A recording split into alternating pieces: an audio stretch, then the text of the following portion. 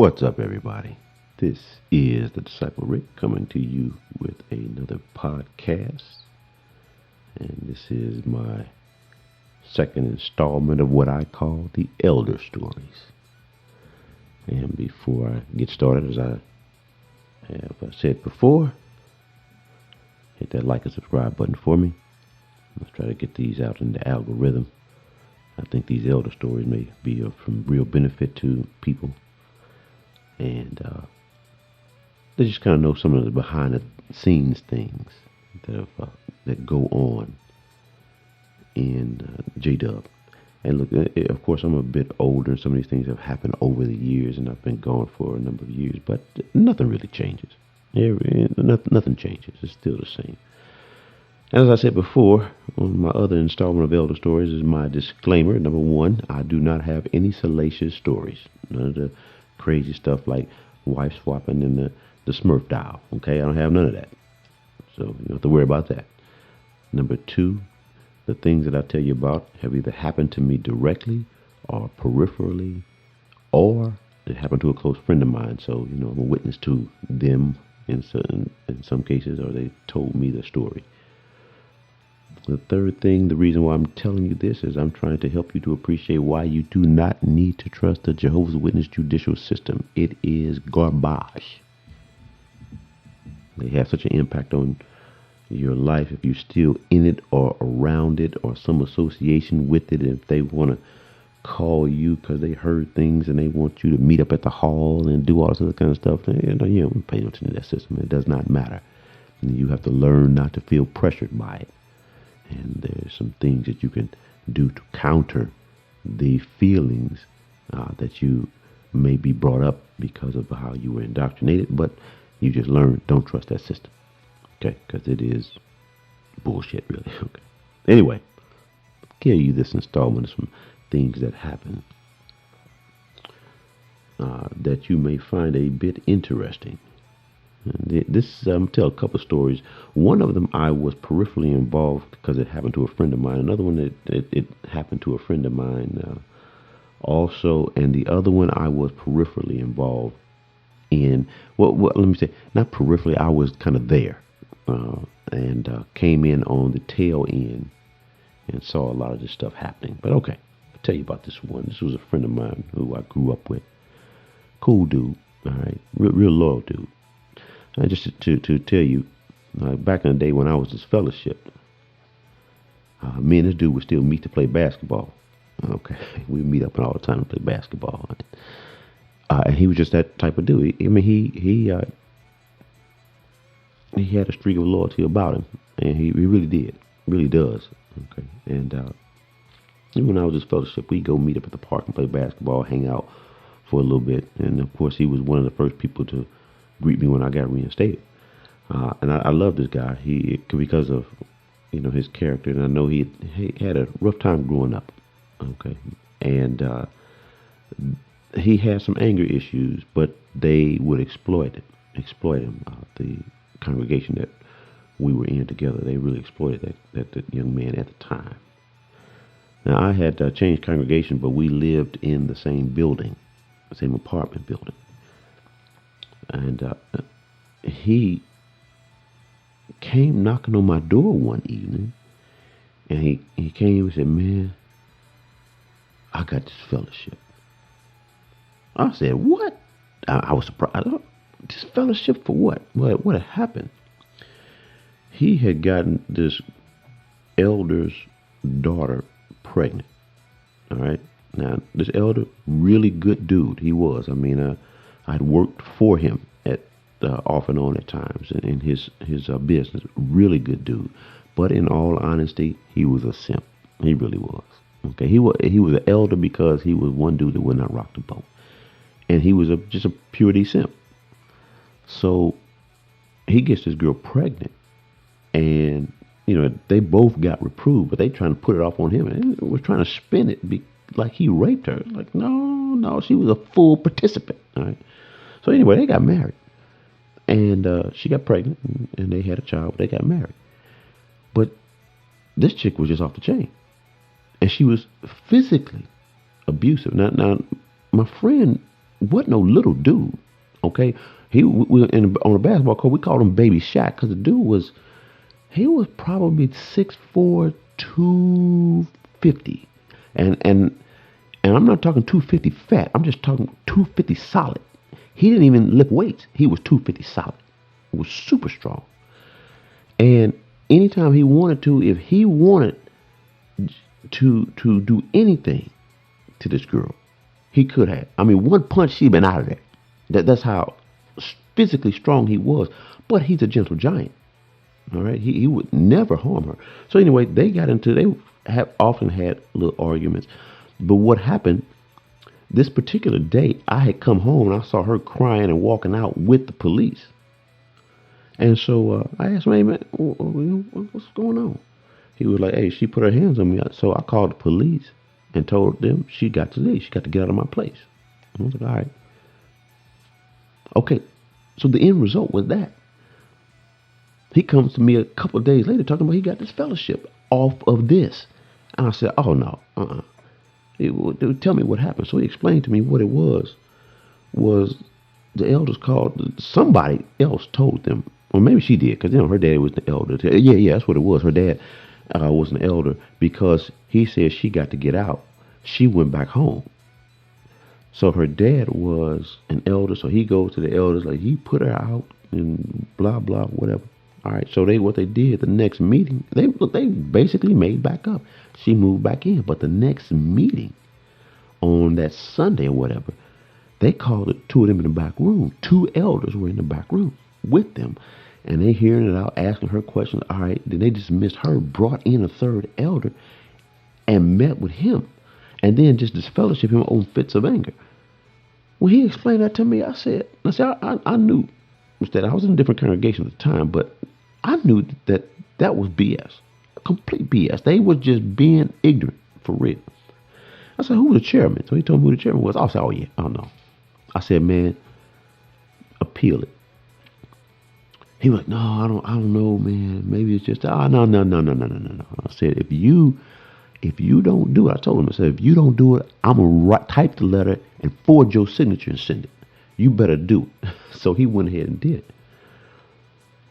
And so when he turned in, this, again, they completely out of protocol the whole time. You don't do anybody like that. You don't call somebody in with his wife because it ain't none of your business, first off. And then dismiss him and call a third elder. You didn't even tell the dude that you're meeting with him judicially, and then all of a sudden you just fellowship. And they're talking about some fits of anger. I'm like, fits of anger don't fit. She hit you. And they said, yeah, because I called the police. That showed I had fits of anger. I was like, man, that's bullshit. I was mad. I was really pissed off. The reason why I was really pissed off is because the dude was so loyal. He's good. He was a really good dude. And he was getting shafted by this girl. You trying to trust this system. So anyway, he appeals it. He hands the chairman the appeal letter. So instead of giving it to the circuit overseer, they meet with him again. And then they're antagonizing him on the appeal letter. And so he came back to me and said that, told me what was going on. I said, look here, man, you can call circuit overseer yourself and tell them, hey, they just fellowship me and I appeal. And then they met with me about that. So the CO, he actually does this. He calls the CO, he leaves him a message, he calls him back. And like, what happened? So the CO calls the coordinator. The coordinator called the chairman of the judicial committee and said, well, what's going on with this? When did this happen? Because the dude didn't even know it happened on how they played this thing so tough. So anyway, he said, man, you ain't better get us all in trouble. You better get an appeal letter. Well, he gave the appeal letter. And they went to the appeal committee. The appeal committee threw the whole case out. They were like, man, this is... Yeah, look, I got to say, one time, at least them dudes was righteous enough. It was so bad. And look, they had some other stuff going on that was kind of bad. But it was so bad, y'all, that they removed the chairman and they removed, well, let me say this. They removed the presiding overseer at the time from being the presiding overseer. The chairman was the service overseer. They removed him. The CEO removed him from being the service overseer. And basically, in order for them to keep their privileges, they told them, y'all got to go to a different congregation. Y'all got to leave this congregation because y'all just screwing everything up. So you got to bounce. The dude who was the chairman on that committee, I kind of knew the dude well. He used to be my Bible teacher back when I was in my teenage years. And the dude was just a flat liar. I'll get more into that. He was just a flat liar. Really. Just, man, that dude had some serious issues. And the way he did this dude was just flat wrong, man. They did him flat wrong. So anyway, yeah, they sent them to another congregation. They said either that or you will be deleted. Both told both of them. So they both went to the same congregation because they were like the PO, the former PO, and the former service overseer were kind of two peas in a pod, where they wreaked havoc together. So they went over to this other congregation. But this dude who was the chairman on this committee, I come to find out later when I was an elder that dude had 8 judicial cases that were completely thrown out on appeal. 8 judicial cases. I mean, just think about that in any stretch. I mean, in any area, when you're a chairman and they just throw your case out for BS because you let it go. Oh yeah, we're gonna do this. Yeah, 8. Now, mind you, these were 8 disfellowshipping cases. What about any cases that they had where it was reproof and it was a BS case? I don't even know about that. But he had 8 cases that were thrown out to where it was not even a judicial offense. That's how bad it is. See, that's why I tell you, don't trust these folks. Don't trust these folks. Because they can make up anything at any time, and they are holding a part of your life in their hands because you're trusting the system. So anyway, so one thing about this guy, so look, they went over to this other congregation, the two of them, and they went over there and wreaked havoc. I mean, they wreaked havoc so bad that I'm an elder this time. The CO comes and sends me and another brother in there to this congregation that they were at because of all the damage they had done. So anyway, we were having this meeting, all right, and it had gotten so bad with the two of them that the one brother who was a chairman of my friend's case, they sent them both over to this other hall. All right, this one congregation. They had wreaked havoc over there, and instead of staying together, the one brother who was the chairman and the service overseer then eventually went to the neighboring congregation and met in the same building. So now you got them working together and just tearing up 2 congregations. All right? This is how crazy this stuff is. So anyway, I wasn't at this particular meeting. I think I was gone. And the 2 congregations had to meet together on something that they were doing. And I will say about those 2 congregations, they actually did stay in good communication, which was part of the problem, which allowed these 2 brothers to continue to wreak havoc. But this dude, who was the chairman on that case, he was just a flat liar. He would lie as soon as look at you, and then he would lie when there's even no reason to lie. He just would do it. So it had gotten to the point to where his lying became so bad and obvious that everyone was getting irritated. So anyway, they had this meeting with all the brothers there. I wasn't at the meeting at this particular time. And they got these 2 congregations of elders together.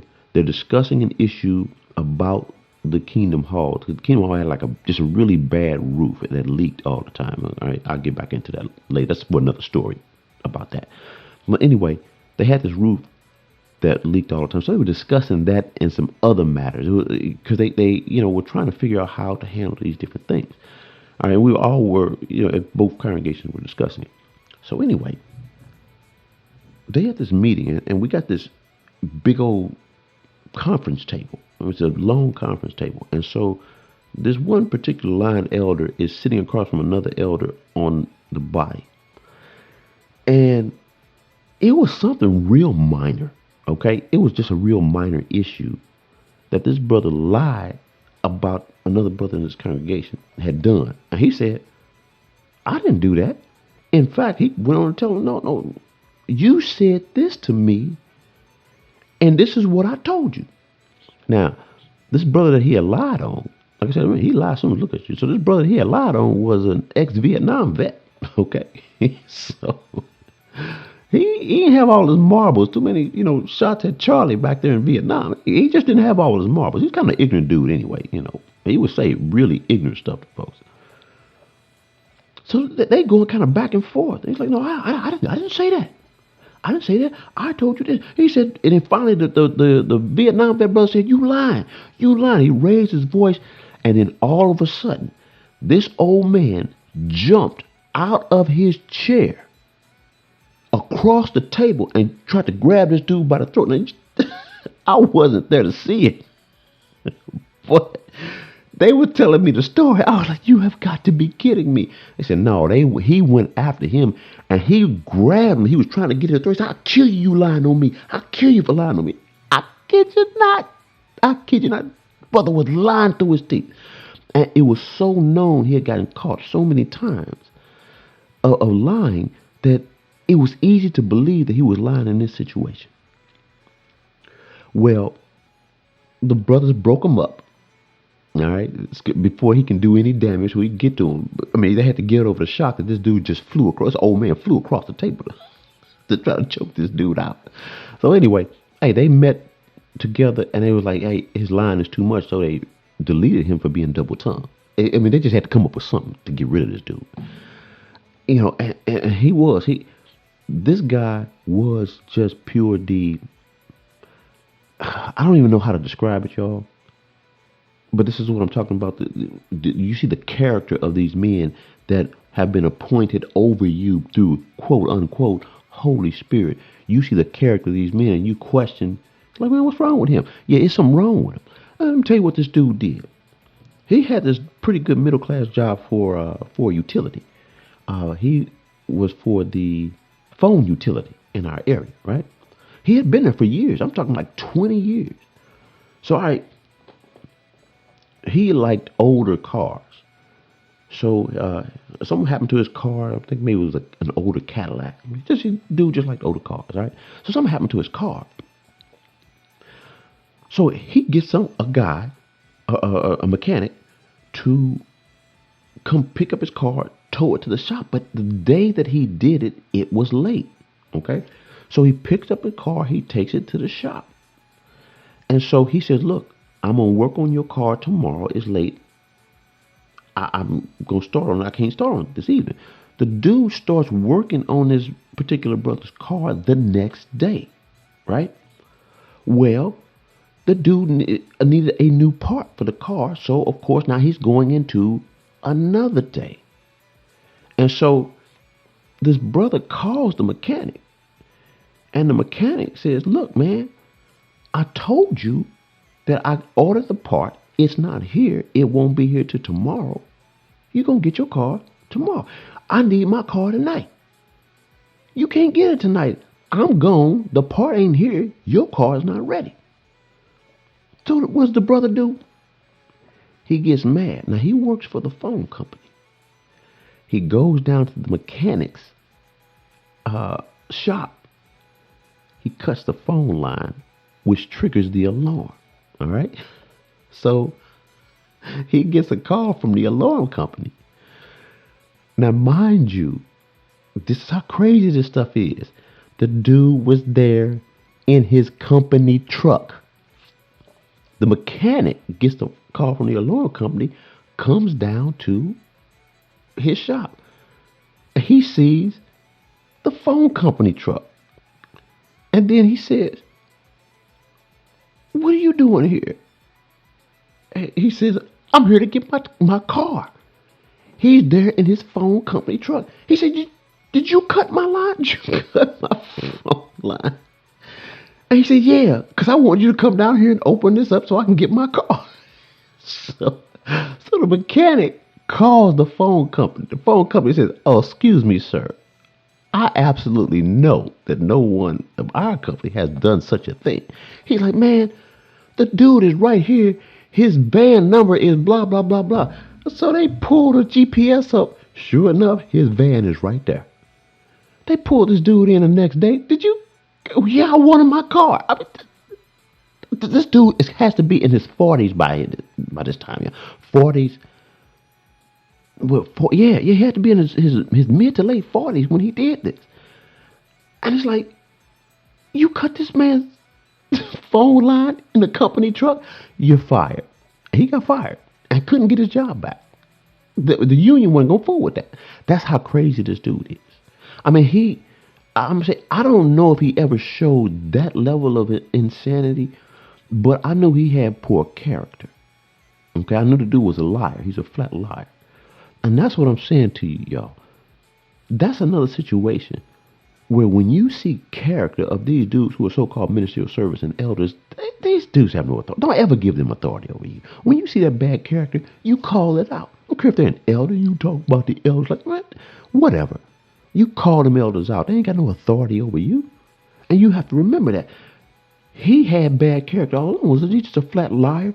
He tried to harm people who were trusting. What he did to my friend was just, to me, I had left him alone in different congregations, but I left him alone. I knew he was kind of bad, but that was the worst, really, because he knew that this dude was straight fatherless and motherless. He was raised by his sick grandmother and his aunt. You know, both his parents had rejected him. He had a lot of anger issues, and this is what you do?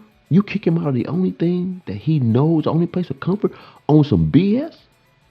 That's why you don't trust these folks. Don't ever trust these folks. You know, you see bad character, you call it out. And you don't tell them nothing about yourself. This stuff is absolutely crazy. All right, look, tell you another story about a friend of mine. Now, this dude was a pretty cool dude growing up. In fact, he and I worked together a lot as elders, and he was a solid man. He was a man. I'm telling you, dude was solid. You know, he stood up for what he felt was right, and I had a lot of respect for him. Anyhow, when he was a ministerial servant before he went to Bethel, a sister goes to the elders and confesses that they have fornication, that they committed fornication together. So they called him into the room. Two elders called him into the room and said, Sister so-and-so said that the two of y'all had sex. And he was like, that never happened. And he was like, no.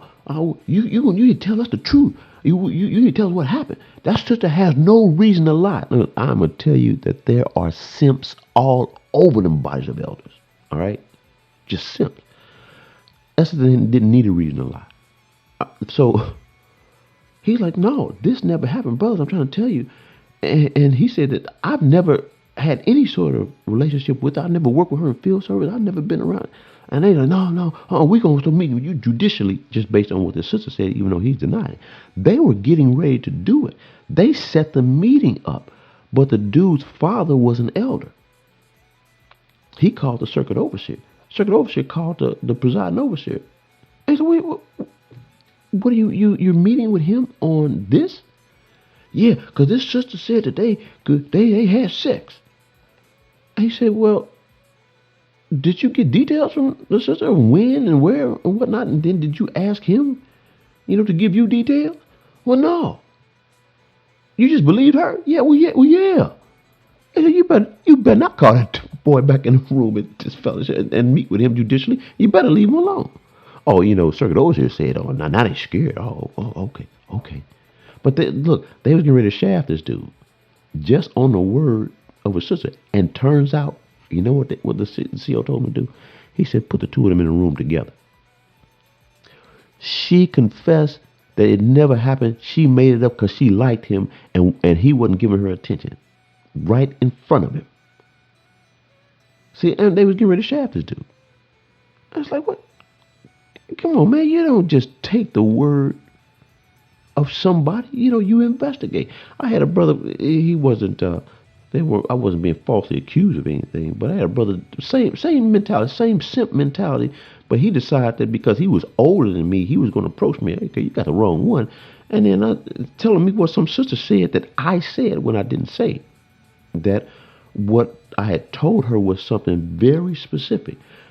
She ran to him just trying to cause some problems. And what he say? Same thing. I don't know why these men say this. That sister has no reason to lie. How do you know? How do you know anybody? If anybody has a reason to lie, Maybe they don't have a reason to lie. Maybe they just like lying like the other brother. They just like to lie because that's what they do. Look, you got a billion simps in Jehovah's Witness organization, okay? A whole lot of simps. A lot of these elders are simps. That's why you just can't trust them. You don't know where they're coming from. You don't know what their angles are. They ain't trying to get the truth. And if they are trying to get the truth, it's within a context. Like, look, yeah, it's only true for this reason. It ain't true. Don't trust these dudes. Don't trust them. Don't trust that system. You are putting parts of your life in their hands. David talked about in the book of Psalms how they tried to tear his soul. And that's a literal thing. That's actually a spiritual thing. It's real. The soul is the immaterial you. Everything that's you that's immaterial, that you cannot touch. For instance, your personal will. There's no such organ on your body that has your will in it. Okay? Your emotions, there is no emotion organ. Okay? Those things, all of those things, your mind is not actually your brain. All right? That's part of your soul. And what they do is they have a portion of your soul. Because it really doesn't make sense. Think about this. If you are disfellowshipped, okay? Think about it now. You are disfellowshipped. You still got to go to work the next day, right? Now you are depressed at work. Your work is suffering because you were disfellowshipped from a religion. But your work suffers because of your feelings. Because they got a part of your soul through the disfellowship process. It's a whole spiritual thing. It's a spiritual thing. That they're trying to damage and destroy you. It's just a bad organization. Don't trust that stuff. And if somebody else want to trust it and they put their soul in the hands of these men, that's up to them. But if you hear my voice, if you listen to what I'm saying, don't trust it. Because they don't know what they're doing. Quite frankly, look, to put men in a judicial situation where they have to make judgments and they have no experience at judging, they're not taught to be judges. That's just a bad combination because they're going to act on emotion. Okay, no matter how many KM schools and all that stuff that they do for the elders, you're not taught to be a judge unless you're a judge. You're not taught. They have a judicial system, but you're not taught to be a judge. So you don't want to be in front of people who don't know how to judge. They're untrained judges. What do you do for a living? I'm a plumber. Well, come judge me and let me tell y'all about my deepest, darkest secrets that I've done at night and judge me on them. What? Why would you go to a plumber for that? Anyway, nothing wrong with plumbers. They make a lot of money. But they ain't good judges, especially in a religious sense.